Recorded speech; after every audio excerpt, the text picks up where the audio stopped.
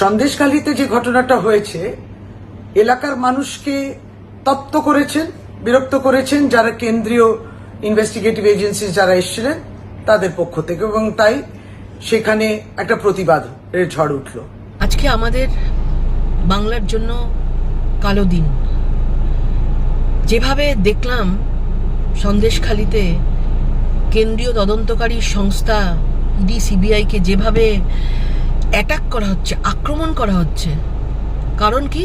কারণ তারা কোর্টের নির্দেশে তারা তদন্ত করতে গেছে এবং সেখানে যাতে তদন্ত না হয়, তদন্ত যাতে চাপা পড়ে যায়, তার জন্য মাননীয় মুখ্যমন্ত্রী সেখানে লোকজনদেরকে, মহিলাদেরকে আগে বাড়িয়ে দিয়েছেন যে তাদেরকে আটকে দেওয়ার জন্য। তার মানে কোথা থেকে একটা ধামাচাপা দেওয়ার, চুরি করার চেষ্টা করা হচ্ছে এবং বাংলারই এই মহিলাদেরকে ভুল বুঝিয়ে আজকে কেন্দ্রীয় তদন্তকারী সংস্থার সামনে তাদেরকে দাঁড় করিয়ে দিয়ে তাদেরকে ভাঙচুর, তাদেরকে আক্রমণ করার জন্য তাদেরকে মানে এগিয়ে দেওয়া হচ্ছে। আমরা কোন জায়গায় বসবাস করছি? লজ্জার কথা।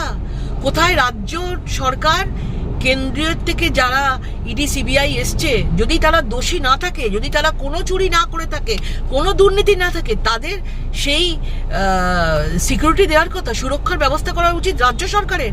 আজ রাজ্য সরকার সুরক্ষা না দিয়ে তাদেরকে আক্রমণ করবার জন্য তাদেরকে ওদের সেই লোকেদেরকে, গুন্ডা বাহিনীকে, মস্তান বাহিনীকে তাদেরকে লেলিয়ে দিচ্ছে। লজ্জার কথা। কোন দিকে নিয়ে যাচ্ছেন এই বাংলাটাকে? আমরা কোথায় বসবাস করছি? খারাপ লাগছে যে আজকে তারাও দেখছে আমাদের উপরে এতদিন ধরে আক্রমণ হতো, আজকে সেই আক্রমণটা আর আমাদের উপরে নেই, কেন্দ্রীয় তদন্তকারী সংস্থা সরকারি অফিসারদের উপরে চলে যাচ্ছে। এরপরে দেখবো যে মানে আমাদের এখানে বাংলায় প্রধানমন্ত্রী আসুক কি কেউ আসুক, তারাও সুরক্ষিত নয়। যে কোনো সময় আপনারা যা খুশি করতে পারেন। একজন মহিলা মুখ্যমন্ত্রী হয়ে, একজন মানে নিজের খারাপ লাগছে মহিলা হয়ে, আপনি আজকে মানে নিজেদের দোষ ধামাচাপা দেওয়ার জন্য আপনারা মহিলাদেরকে এগিয়ে দিচ্ছেন, মহিলাদেরকে দিয়ে এত খারাপ কাজ করাচ্ছেন। লজ্জার কথা।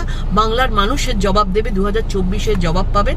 আর যাদের ওপরে আক্রমণ হয়েছে তারাও মানুষ, তারা সরকারি অফিসার হতে পারে, তারাও মানুষ। আমরা তাদের পরিবারের সাথে আছি এবং এই যে ইস্যুটা আজকে হয়েছে, কেন্দ্রীয় সরকার, মাননীয় গৃহমন্ত্রী খুব যত্ন সহকারে, ভীষণ স্ট্রংলি এই জিনিসটাকে দেখছেন। এর প্রতিবাদ হবেই, এর আওয়াজ উঠবেই, এর শাস্তি কিন্তু পেতেই হবে আপনাকে।